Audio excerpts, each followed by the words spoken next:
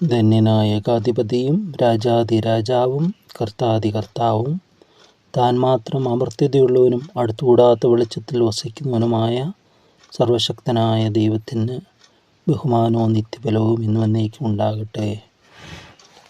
ദൈവകൃപയാലൊരു ദിവസം കൂടെ ദൈവം നമ്മുടെ ജീവിതത്തിൽ ദാനമായി തന്നു. ദൈവത്തെ മഹത്വപ്പെടുത്താം. പരിശുദ്ധ നാമം നമുക്കെന്നും അഭയവും കോട്ടയമായിരിക്കട്ടെ. യഹോവയുടെ നാമം ഉറപ്പുള്ള ഗോപുരം നീതിമാൻ ഓടിച്ചെന്ന് അതിലേക്ക് അഭയം പ്രാപിക്കുമെന്ന് തിരുവെഴുത്ത് നമ്മളെ ഓർമ്മപ്പെടുത്തുമ്പോൾ ഈ ലോകത്തിലെല്ലാ സങ്കേതങ്ങളും പ്രയോജനരഹിതമായി മാറുന്ന ഒരനുഭവം നമ്മൾ യുദ്ധങ്ങളിലൊക്കെ കാണുന്നുണ്ട്. ബോംബ് വർഷത്തിലും ഭൂമി കുലുക്കത്തിലും പ്രകൃതിക്ഷോഭങ്ങളിലുമെല്ലാം മനുഷ്യൻ്റെ സങ്കേതങ്ങളും ആശ്രയങ്ങളും ബങ്കറുകളും എല്ലാം തകർന്ന് തരിപ്പണമാകുന്ന നമ്മൾ കാണുന്നുണ്ട്. എന്നാൽ ഒരു ഭക്തൻ എപ്പോഴും ആശ്രയിക്കുവാൻ കൊള്ളാകുന്നത് ദൈവത്തിൻ്റെ നാമമാണ്. ദൈവത്തിൻ്റെ നാമത്തിൽ ആശ്രയിക്കുമ്പോൾ ഇഹത്തിൽ മാത്രമല്ല പരത്തിലും അതിന് പ്രത്യാശയുണ്ട്. അത് അസ്തമിക്കുന്ന ജീവിതമല്ല, അത് പുതിയൊരു ജീവിതത്തിലേക്ക് പ്രവേശിക്കുന്നതായിട്ടാണ് കാണുന്നത്. ഈ 72-ാം സങ്കീർത്തനം നമ്മൾ ധ്യാനിക്കുമ്പോൾ, ഇന്നലെ നമ്മൾ 71 ചിന്തിച്ചു.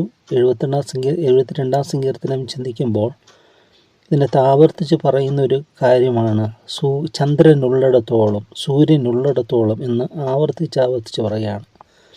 ചന്ദ്രനുള്ളിടത്തോളം മനുഷ്യൻ ഭൂമിയിൽ കാണുകയില്ല, സൂര്യനുള്ളിടത്തോളം ആരും ഭൂമിയിൽ കാണുകയില്ല. മാറി മാറി തലമുറകൾ വന്നുകൊണ്ടിരിക്കും. എന്നാൽ മാറ്റമില്ലാത്ത ദൈവത്തിൻ്റെ ആ സാന്നിധ്യമാണ്, ദൈവത്തിൻ്റെ കൃപയാണ്. ആ ദൈവത്തിലാണ് നമുക്ക് നിത്യജീവൻ കിട്ടുന്നത്, ഇറ്റേണൽ ലൈഫ് എന്ന് പറയുന്നത്. അല്ലെങ്കിൽ അത് ക്ഷണികമാണ്. ഇൻ ക്രൈസ്റ്റ്, യേശുക്രിസ്തു നമുക്ക് നിത്യജീവൻ തരാണ് ഭൂമിയിലേക്ക് വന്നത്. അപ്പം നിത്യജീവനെ ലക്ഷ്യമാക്കിയായിരിക്കണം നമ്മുടെ ജീവിതങ്ങൾ. മറ്റതുള്ളെല്ലാം ക്ഷണികമാണ്, നശ്വരമാണ്.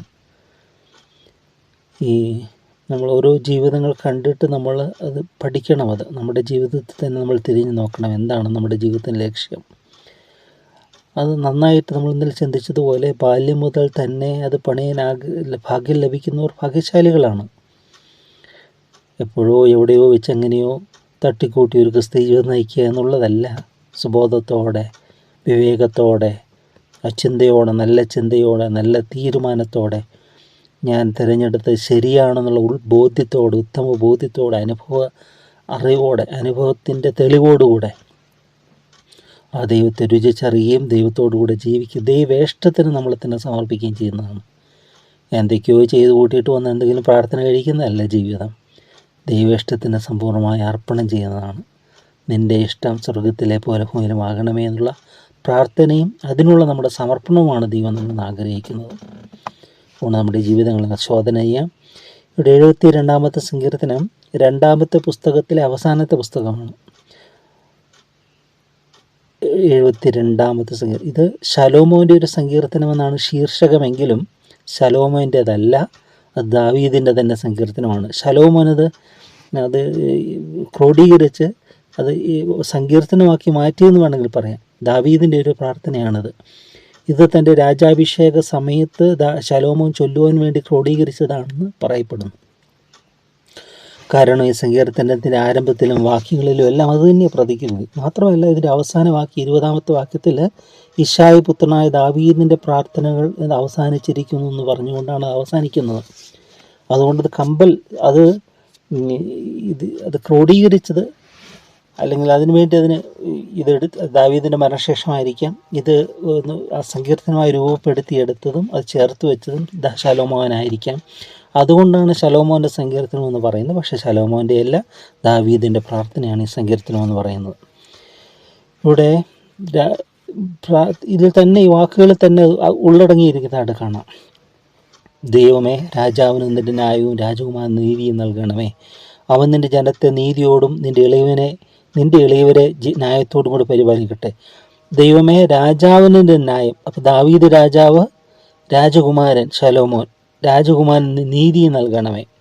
അവൻ നിൻ്റെ ജനത്തെ നീതിയോടും നിൻ്റെ ഇളയവരെ ന്യായത്തോടും കൂടി പാലിക്കട്ടെ. ദിനവൃത്താന്ത പുസ്തകത്തിലുമൊക്കെ നമ്മൾ ശലോമോന് വേണ്ടി ദാവീദ് പ്രാർത്ഥിക്കുന്നുണ്ട്. കർത്താവ്, ഇവന് ഇളപ്രായമുള്ളവനാണ്, ഇവനതിന് ശക്തി നൽകണമേ. ദൈവമേ, ഇവനെ ഒത്തിരി കാര്യങ്ങൾ പ്രാർത്ഥിക്കുന്നുണ്ട് ശലോമോന് വേണ്ടി ദാവീദ്. ശലോമോനും ദേവാലയത്തിൽ വെച്ച് പ്രാർത്ഥിക്കുന്നുണ്ട്. പക്ഷേ ഈ ശലോമോൻ ഒടുക്കം വന്നപ്പോൾ മാറിപ്പോകുന്നതായിട്ടാണ് കാണുന്നത്. ലോകമോഹങ്ങളിലും വ്യർത്ഥതയിലുമൊക്കെ ആഡംബരങ്ങളിലുമൊക്കെ. അതുകൊണ്ട് ചിന്തിക്കുക, എപ്പോഴും ക്രൂക്കഡ് വേസ് ഈ ലോകത്തിലുണ്ട് നമ്മൾ വഴിതെറ്റിക്കാൻ. ലോകാഡംബരങ്ങളും ലൗകിക സുഖങ്ങളും മ്ലേച്ഛതകളും എല്ലാം ലോക മനുഷ്യരോട് ചേർന്ന് കൂത്താടി ഉല്ലസിച്ച് മതോന്മതരായി ഇങ്ങനെ ജീവിച്ച് ജീവിതം തകർന്നു പോയ ജീവിതങ്ങൾ നന്നായിട്ട് കെട്ടിപ്പടുത്തുകൊണ്ട് വരും. പക്ഷെ എപ്പോഴോ ഈ ശലോമോനെ പോലെ പല ലൗകിക സുഖങ്ങളിലേക്ക് മാറിപ്പോകുന്നവർ, ധനത്തിലും അവൻ ചോദിക്കാത്തതെല്ലാം ദൈവന് കൊടുത്തു എങ്കിൽ തന്നെയും അതെല്ലാം പരിപാലിക്കാനുള്ള ബുദ്ധിയിൽ നിന്ന് അവൻ വ്യതിരിച്ചു പോവുകയാണ്. അവൻ അന്യാരാധനയിലേക്ക് പോവുകയാണ്, അന്യ ദൈവങ്ങളെ സേവിക്കാൻ പോവുകയാണ്, അവർക്ക് ക്ഷേത്രങ്ങൾ പണിയാൻ പോവുകയാണ്. അത് അവളുടെ ഭാര്യമാരെ അവനെ വശീകരിച്ചു കളഞ്ഞെന്നാണ് പറയുന്നത്. ശലോമോൻ്റെ നന്മകളെ സ്വീകരിക്കുന്നുവെങ്കിൽ അവൻ തിന്മകളെ ഒരിക്കലും ന്യായീകരിക്കാറില്ല. അനേകർ പറയുന്ന പോലെ അവൻ ഇത്രമാത്രം ഭാര്യമാരുണ്ടായിരുന്നു, അനേകം ഭാര്യമാരെ എടുക്കരുതെന്ന് ദൈവത്തിൻ്റെ വചനം പറയുന്ന രാജാവിനോട്. അവനതനുസരിച്ചില്ല. അതുപോലെ മിസ്രയീമിൽ കുതിരകളെ അവൻ സമ്പാദിക്കരുതെന്നാണ് ആവർത്തന പുസ്തകത്തിലൊക്കെ പറയുന്നത് രാജാവിനെ കുറിച്ച് പറയുമ്പോൾ. അതൊന്നും ശലോമോൻ അനുസരിക്കാതെ വഴിതെറ്റിപ്പോവുകയാണ്. ഒടുവിൽ അവൻ്റെ ജീവിതം എത്ര ദുഃഖദുരിതമായി തീർന്നു, എത്ര ഇതായി തീർന്നു എന്ന് നമ്മൾ കാണുകയാണ്. അതുകൊണ്ട് അതിൽ നിന്നും ഈ സദൃശവാക്യങ്ങൾ ശലോമോൻ എഴുതിയെന്ന് പറയുമ്പോഴും ആ ശലോമോൻ അന്ന് കൊടുത്ത ദൈവികജ്ഞാനം അത് വാസ്തവമായി നിലനിൽക്കുന്നു. അതുകൊണ്ടാണ് നമ്മളതെന്നും ചിന്തിക്കുകയും ധ്യാനിക്കുകയും ചെയ്യുന്നത്. ശലോമോൻ്റെ ശ്രേഷ്ഠത കൊണ്ടല്ല, അത് ശലോമോനിൽ കൂടെ പകർന്ന ദൈവത്തിൻ്റെ അത്ഭുത കൃപയാണ് നമുക്ക് കാണാനായിട്ട് പറ്റും. അപ്പോൾ ശലോമോൻ്റെ ജീവിതത്തിൻ്റെ അവസാനം ഒരിക്കലും നമുക്ക് മാതൃകയാക്കാൻ പറ്റുകയില്ല. ഇവിടെ പറയുകയാണ്, നീതിയാൽ പർവ്വതങ്ങളിൽ കുന്നുകളിലും ജനത്തിന് സമാധാനം വിളയട്ടെ, ജനത്തിൽ എളിയവർക്ക് അവൻ ന്യായം പാലിച്ചു കൊടുക്കട്ടെ, ദരിദ്രജനത്തെ അവൻ രക്ഷിക്കുകയും പീഡിപ്പിക്കുന്നതിനെ തകർത്ത് കളയുകയും ചെയ്യട്ടെ. സൂര്യചന്ദ്രന്മാരുള്ള കാലത്തോളം അവർ തലമുറകളെ നിന്നെ ഭയപ്പെടട്ടെ. അരിഞ്ഞ പുൽപ്പുറത്ത് പെയ്യുന്ന മഴ പോലെയും ഭൂമിയെ നനയ്ക്കുന്ന വൻമഴ പോലെയും അവൻ ഇറങ്ങി വരട്ടെ. അവൻ്റെ കാലത്ത് നീതിമാന്മാർ തഴയ്ക്കട്ടെ. ചന്ദ്രനിലുള്ളിടത്തോളം സമാധാന സമൃദ്ധി ഉണ്ടാകട്ടെ. അവൻ സമുദ്രം മുതൽ സമുദ്രം വരെയും നദി മുതൽ ഭൂമിയുടെ അറ്റങ്ങൾ വരെയും ഭരിക്കട്ടെ. ഇവിടെ നല്ല വാക്കുകളൊക്കെ ഇവിടെ പറയുന്നുണ്ട്.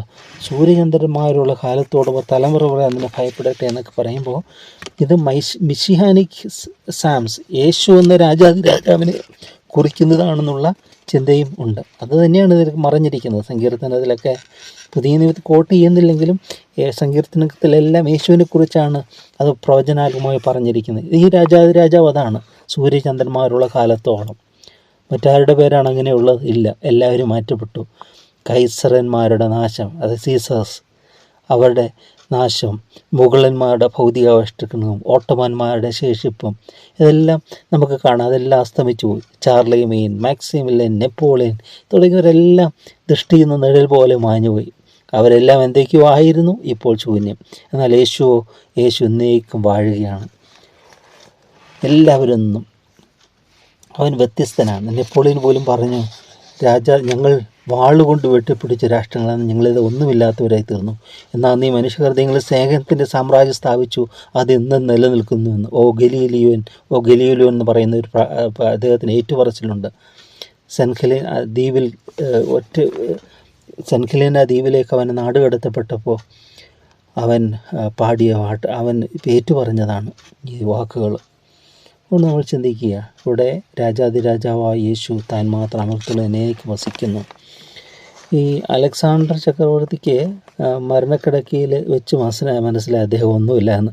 അപ്പോൾ അദ്ദേഹം തന്നെ മരണക്കിടച്ച് ഇങ്ങനെ പറഞ്ഞു എന്നാണ് പറയുന്നത്, നോക്കൂ, നിങ്ങൾ ദൈവമെന്ന് വിളിച്ച് ഞാൻ മരിച്ചുകൊണ്ടിരിക്കുകയാണ്. എന്നാൽ ക്രിസ്തു തൻ്റെ മരണത്തിലൂടെ മരണത്തെ അതിജീവിച്ച് ഉയർത്തെഴുന്നേറ്റുള്ള താൻ ദൈവമാണെന്ന് തെളിയിച്ചു. ഞാൻ പറയട്ടെ, മരണത്തെ വധിച്ചു എന്ന് അലക്സാണ്ടർ അങ്ങനെയാണ് പറഞ്ഞത്. നിങ്ങൾ ദൈവമെന്ന് വിചാരിച്ചിട്ട് ഞാൻ മരിക്കുക, എന്നാൽ മരിച്ച് ഉയർത്തെഴുന്നേറ്റ് താൻ ദൈവമെന്ന് തെളിയിച്ച യേശു എന്നും ജീവിക്കുന്നുവെന്ന്. ആ ദൈവത്തിനെ അനുഗമിക്കുന്നതാണ് അവിടെ ഭാഗ്യമെന്ന് പറയുന്നത്. എനിക്ക് തോന്നുന്നു ഇതൊരു പാർട്ടായിട്ട് നിർത്താമെന്ന് കരുതുന്നു. രണ്ടാമത്തെ പാർട്ട് നാളെ നമുക്ക് ചിന്തിക്കാൻ സാധിക്കട്ടെ. അവിടെ പറയുകയാണ്, ഈ അരിഞ്ഞ പുൽപ്പുറത്ത് പെയ്യുന്ന മഴ പോലെ എന്ന് പറയുക, പൊടിമഴ, ഒരു സ്ഥലത്ത് പറയുന്നത് പൊടിമഴ പോലെ. എന്നാൽ ഭൂമിയെ നനയ്ക്കുന്ന വൻമഴ പോലെ. ഭൂമിയെ നനയ്ക്കണമെങ്കിൽ വൻമഴയായിട്ട് വരണം. അത് ഓരോ തുള്ളികളുടെ പുറത്ത് വരുമ്പോൾ ചെറിയ പൊടിമഴ പോലെ ചാറുന്നതായിട്ടും കാണുവാനായിട്ട് സാധിക്കും. രണ്ടും അതാണ്, മനുഷ്യ ഹൃദയങ്ങളിലേക്ക് ആശ്വാസം പകർന്ന ദൈവത്തിൻ്റെ സാന്നിധ്യമാണ് അവിടെ പറയുന്നത്. അവൻ സമുദ്രം മുതൽ സമുദ്രം വരെയും നദി മുതൽ ഭൂമിയുടെ അറ്റങ്ങൾ വരെയും ഭരിക്കട്ടെ. മരുഭൂമിയിൽ വസിക്കുന്നവർ അവൻ്റെ മുമ്പിൽ വണങ്ങട്ടെ. അവൻ്റെ ശത്രുക്കൾ പൊടിമണ്ണ് നക്കട്ടെ. തർശീശിലെയും ദ്വീപുകളിലും രാജാക്കന്മാർ കാഴ്ച കൊണ്ടുവരട്ടെ. ശബയിലെയും സബയിലെയും രാജാക്കന്മാർക്ക് അപ്പം കൊടുക്കട്ടെ. ഇതെല്ലാം ദാവീദ് പ്രാർത്ഥിക്കുക. ശലോമോന്റെ ജീവിതത്തിൽ ഇതൊക്കെ സംഭവിക്കുന്നുമുണ്ട്. സകല രാജാക്കന്മാരും അവനെ നമസ്കരിക്കുന്നുണ്ട്, സകല ജാതികളും അവനെ സേവിക്കുന്നുണ്ട്. പക്ഷെ അടുത്തത് അവൻ നിലവിളിക്കുന്ന ദരിദ്രനെയും സഹായമില്ലാത്തവനെയും വിടുവിക്കുമല്ലോ.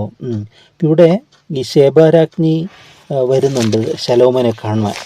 ശേബാരാജ്ഞി 2 ദിനവൃത്താന്ത പുസ്തകം 9-ാമത്തെ അധ്യായത്തിൽ ശേബാരാജ്ഞി കിഴക്ക് വരുവാണ്, എത്യോപ്യയിൽ നിന്ന് വരികയാണ് ശലോമോനെ കാണാൻ. സുഗന്ധവർഗ്ഗങ്ങളും അനവധി പൊന്നും രക്തവും ചുമന്നോട്ടങ്ങളോടുകൂടെ യെരൂശലേമിൽ വരിക. അവൾ ശലോമോന്റെ അടുക്കൽ വന്ന ശേഷം മനോരഥമൊക്കെ അവനോട് പ്രസ്താവിച്ച് കുറേ ചോദ്യങ്ങളുണ്ട്. അവൾ ആ ശലോമോനോട് ചോദിക്കാറുണ്ട്. ശലോമോൻ ജ്ഞാനി എന്നല്ലേ പറയുന്നത്. അവൾ ചോദിച്ച ചോദ്യങ്ങൾക്കൊന്നും ശലോമോൻ ഉത്തരം പറയാതെ, ഒന്നിനും അറിയാതെ എല്ലാറ്റിനും ഉത്തരം പറഞ്ഞു. സകല ചോദ്യങ്ങൾക്കും സമാധാനം പറഞ്ഞു എന്ന് പറയുന്നത്. സമാധാനം പറയാൻ കഴിയാതെ ഒന്നും ശലോമോന് മറവുരുളായിരുന്നില്ല. അപ്പോൾ ശേബാരാജ്ഞി ശലോമോൻ്റെ ജ്ഞാനവും അവന് പണിത അരമനയും അവൻ്റെ മേശയിലെ ഭക്ഷണവും അവൻ്റെ ഭൃത്യന്മാരുടെ ഇരിപ്പും അവൻ്റെ ശുശ്രൂഷന്മാരുടെ നിലയും അവരുടെ ഉടുപ്പും അവൻ്റെ പാനപാത്രവാഹന്മാരുടെ അവരുടെ ഉടുപ്പും യഹോവയുടെ ആലയത്തിലേക്കുള്ള അവൻ്റെ എഴുന്നള്ളത്തും കണ്ടിട്ട് അമ്പരന്ന് പോയി. ഒരു സാധാരണ മനുഷ്യനല്ല, ഒരു രാജ്ഞി, ഒരു രാജ്യത്തിൻ്റെ രാജ്ഞി അമ്പരക്കുക ഒരു രാജാവിൻ്റെ ശ്രേഷ്ഠത കണ്ടിട്ട്. എന്നിട്ട് അവിടെ പറയുകയാണ്, അവൾ രാജാവിനോട് പറഞ്ഞു, എന്നാൽ നിൻ്റെ കാര്യങ്ങളെ ജ്ഞാനത്തെയും കുറിച്ച് ഞാൻ എൻ്റെ ദേശത്ത് വെച്ച് കേട്ട വർത്തമാനം സത്യം തന്നെ. ഞാൻ വന്ന് സ്വന്തം കണ്ണുകൊണ്ട് കാണും വരെ ആ വർത്തമാനം വിശ്വസിച്ചില്ല. എന്നാൽ നിൻ്റെ ജ്ഞാനമഹാത്മ്യത്തിൻ്റെ പകുതി പോലും ഞാൻ അറിഞ്ഞിരുന്നില്ല. ഞാൻ കേട്ട കേൾവിയേക്കാൾ നീ ശ്രേഷ്ഠനാകുന്നു എന്ന് പറയുക. അപ്പോൾ ഇതാണ് അനുഭവിച്ചറിയാന്ന് പറയുന്നത്. കേട്ട കേൾവിയല്ല, കണ്ടു കഴിഞ്ഞപ്പോൾ അതിനേക്കാൾ നീ ശ്രേഷ്ഠനാണെന്ന് പറയുക. ദൈവത്തെക്കുറിച്ച് നമ്മൾ കേട്ടറിഞ്ഞു, പക്ഷേ അനുഭവിച്ചറിയുമ്പോഴാണ് ദൈവം നല്ലവനെന്ന് നമുക്ക് മനസ്സിലാകുന്നത്. ഇവിടെ ശേബാരാജ്ഞിക്ക് ഉത്തരം ഒന്നും മറവുരുളായിരുന്നില്ല ശലോമോന്. എന്നാൽ ഈ ശലോമോനും പലതും അറിയാത്തതുണ്ടെന്ന് പറയുന്നുണ്ട്. എനിക്കറിയത്തില്ല, വഴിയത് അറിയത്തില്ല എന്ന് പറയുന്നുണ്ട് സദൃശവാക്യം സഭാപ്രസംഗിലും. എന്നാൽ എല്ലാം അറിവിൻ്റെ നിറമകുടമാകുന്ന കർത്താവായ യേശുക്രിസ്തു, അവനെ നമ്മൾ സേവിക്കുമെങ്കിൽ, അവനെ നമ്മൾ സ്നേഹിക്കുമെങ്കിൽ, അവൻ നമ്മുടെ ജീവിതത്തിൻ്റെ കേന്ദ്രമായി മാറുമെങ്കിൽ നമ്മൾ ചിന്തിക്കുക, നമ്മളെ ദൈവം അനുഗ്രഹിക്കും. ആ മധുരതരമായ ജീവിതത്തിൻ്റെ അനുഭവങ്ങളാണ് നമുക്ക് വേണ്ടത്.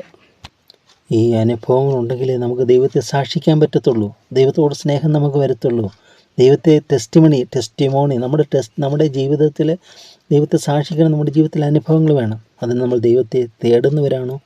ദൈവത്തെ നമ്മുടെ ജീവിതത്തിൽ കൂട്ടുന്നവരാണോ? ഒരു മോള് അമ്മയോട് ചോദിച്ചു, ഇങ്ങനെ ഒരു പാർട്ടി നടക്കുന്നുണ്ട്, ബാംഗ്ലൂർ പട്ടണത്തിലാണ്, നടന്ന സംഭവമാണ്. പാർട്ടി നടക്കുന്നുണ്ട്, ഞാനവിടെ പോകാമോ, അല്ലെങ്കിൽ സിനിമയ്ക്ക് എവിടെയോ പോകാമോ എന്ന് ചോദിക്കുകയാണ്. ഉടനെ അമ്മ മറുപടി പറഞ്ഞു, മോളെ, യേശു കർത്താവ് കൂടെ വരുമെങ്കിൽ ഇനി പോയിക്കോ എന്ന് പറഞ്ഞു. നമ്മൾ പോകുന്ന സ്ഥലത്ത് യേശു വരുമോ? നമ്മുടെ കൂടെ യേശു ഇരിക്കുമോ? യേശു നമ്മുടെ കൂടെയാണ് നമ്മൾ ചിന്തിക്കുമോ? അവനെ ഓർക്കുമോ? നമ്മൾ ചിന്തിക്കുക. നമ്മുടെ ജീവിതങ്ങളിൽ ആവശ്യങ്ങൾ വരുമ്പോൾ മാത്രം ഓടിച്ചെല്ലുന്ന ഒരു നല്ല ദൈവം എന്ന് പറയുന്നത്. എന്ന് പറഞ്ഞാൽ ആവശ്യങ്ങൾ നിർവഹിക്കാൻ വേണ്ടി മാത്രം ആവശ്യങ്ങൾ കേൾക്കണം, പ്രാർത്ഥന അതിനുവേണ്ടി മാത്രം ദൈവം അല്ല. ദൈവം നമ്മോട് കൂടെ വസിക്കാൻ വന്നവനാണ്. അവനെ നമ്മൾ കൂടെ ചേർക്കുന്നുണ്ടോ? അവൻ്റെ സാന്നിധ്യം നമ്മൾ തിരിച്ചറിയുന്നുണ്ടോ? ഇല്ലെങ്കിൽ എല്ലാം നിഷ്ഫലമായി പോകും. നമ്മൾ സന്തോഷമെന്ന് പറയുന്നതെല്ലാം താൽക്കാലിക സന്തോഷം അസ്തമിച്ച് പോയി തീരുകയാണ്. ദൈവത്തോടുകൂടിയാണെങ്കിൽ നിത്യസന്തോഷവും നിത്യസമാധാനവും, ഈ ലോകത്തിനടുത്ത് കളയാൻ പറ്റാത്ത ശാന്തിയും സമാധാനം കൊണ്ട് ദൈവം നമ്മളെ നിറയ്ക്കും. അതിനാൽ നമ്മുടെ ഹൃദയങ്ങളും മനസ്സുകളും ചിന്തകളും എല്ലാം നമുക്ക് ഏൽപ്പിച്ചു കൊടുക്കാം. അരിഞ്ഞ പുൽപ്പുറത്ത് പെയ്യുന്ന മഴ പോലെ, ഭൂമിയെ നനയ്ക്കുന്ന വൻമഴ പോലെ ദൈവത്തിൻ്റെ സ്നേഹവും കൃപയും നമ്മുടെ മേൽ പെയ്യട്ടെ. ദൈവത്തിൻ്റെ അനുഗ്രഹം നമ്മളുടെ മേൽ വർഷിക്കട്ടെ എന്ന് നമുക്ക് പ്രാർത്ഥിക്കാം. എല്ലാറ്റിനും നന്ദി ദൈവമേ. ഇത്രത്തോളം ഞങ്ങൾ കൊണ്ടുവന്ന അവിടുത്തെ കൃപയ്ക്കായ സ്തുതി. സർവശക്തനായ ദൈവമേ, അവിടുത്തെ സാന്നിധ്യവും സാമീപ്യവും തിരിച്ചറിയുവാൻ ഞങ്ങൾക്ക് കൃപ തരണമേ. ഒരിക്കലും നിന്നെ വിസ്മരിച്ചുകൊണ്ട് ഞങ്ങൾ ഈ ലോക ജീവിതത്തിലേക്ക് ശലോമോനെ പോലെ വഴിതെറ്റിപ്പോകാൻ ഇടയാകരുതേ. എന്തെല്ലാം അനുഭവിച്ചു എന്ന് പറഞ്ഞാലും നിന്നോടുള്ള സ്നേഹം ഞങ്ങളിലില്ലെങ്കിൽ അതെല്ലാം നശ്വരമാണ് നിങ്ങൾ തിരിച്ചറിയുന്നപ്പാ. നിന്നെ സ്നേഹിപ്പാനും നീ ഞങ്ങളുടെ ജീവിതത്തിൽ എല്ലാമായിരിക്കാനും നിൻ്റെ ഹിതപ്രകാരമായിരിക്കട്ടെ ഞങ്ങളുടെ ഓരോ ചുവടുകളും. അതിനായി ഞങ്ങളെ സഹായിക്കണമേ. ആ ദൈവ സാന്നിധ്യ ബോധം എപ്പോഴും ഞങ്ങൾക്ക് തരണമേ. യഹോവ ഭയം, fear of God, the beginning of wisdom എന്ന് പറയുന്നത് അപ്രകാരമുള്ള ജ്ഞാനികളായി ഞങ്ങൾ മാറട്ടെ. ലോകത്തിൻ്റെ സുഖങ്ങളും ആഡംബരങ്ങളും എല്ലാം ക്ഷണികമാണെന്നും മൗഢ്യമാണെന്ന് തിരിച്ചറിഞ്ഞെങ്കിൽ ആ കൃപയുടെ വരട്ടെ. കൃപയോടെ കൂടിയിരിക്കുമ്പോൾ ഭാഗത്തോടത്തേക്ക് മാത്രം. ആമേൻ.